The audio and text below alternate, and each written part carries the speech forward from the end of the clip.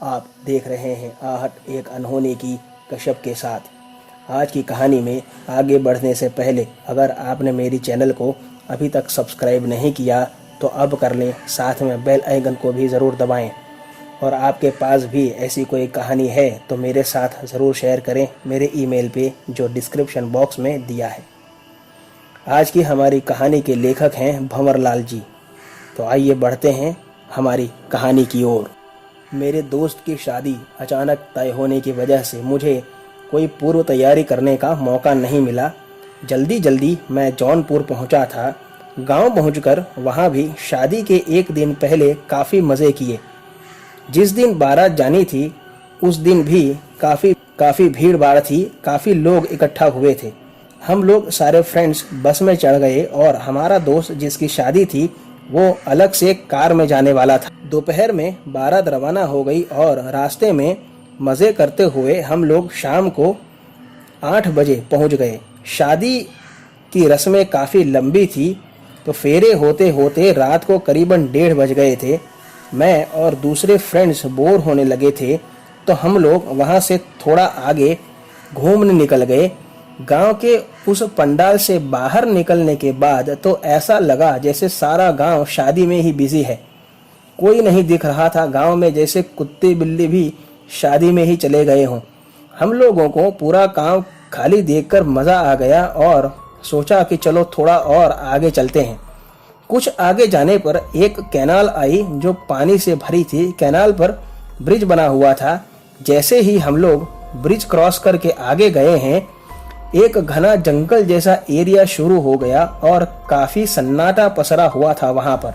तभी हमें ऐसा लगा जैसे कुछ लोग वहाँ पर हैं। अचानक से ऐसा दिखाई देने लगा जैसे बहुत से आदमी लोग और औरत वहाँ पर काम कर रहे हैं और अपनी भाषा में बात कर रहे हैं। उनमें से एक आदमी हमारे सामने आने लगा अचानक से, जिसकी चाल बिल्कुल बेढंगी थी। कुछ देर तक तो हम कुछ समझ नहीं पाए, इसलिए वहां खड़े थे। जैसे जैसे वो आदमी नजदीक आता गया उसकी आंखें देखकर हम डर गए, क्योंकि वो चमक रही थी और धीरे धीरे वहां पे मौजूद सभी की आंखें चमकने लगी।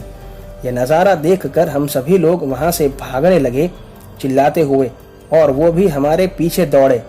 हम जैसे ही उस कैनाल के पास पहुंचे तो वहां कोई ब्रिज था ही नहीं, ना ही कोई पुलिया थी। ऐसा लगा जैसे वो हमें सिर्फ फंसाने के लिए ही बनाया गया हो। हम सभी लोग तुरंत कैनाल में कूद गए और तैरकर दूसरी तरफ निकल आए। तब भी वो सभी कैनाल के उस पार खड़े थे। हम लोग सीधा भागे और शादी में पहुंच गए। पंडाल पर पहुंचकर हमने अपने गीले कपड़े चेंज कर लिए और किसी से इस बारे में बात नहीं की। सुबह जब चाय पानी हो रहा था तब हमने गांव के एक आदमी से बात चलाई इस बारे में। तब उसने बताया कि वहां खेत मजदूर काम किया करते थे और उनके घर भी वहीं थे, लेकिन कुछ अज्ञात कारणवश उनके घर में आग लग गई और उनके सारे घर और वो सभी जलकर मर गए थे। कुछ एकाध लोग जो बचे थे वो उस गांव में ही गांव के खर्चे पर रहने लगे थे। बाद में वो भी सेट हो गए थे। कभी कभी वो लोग अभी भी खेतों में काम करते हुए दिखाई दे जाते हैं। तो दोस्तों, आज की कहानी में बस इतना ही। अगर आपको कहानी पसंद आई हो तो वीडियो को लाइक और चैनल को सब्सक्राइब करना ना भूलें। तो मिलते हैं अगली कहानी में। तब तक स्टे होम, स्टे सेफ,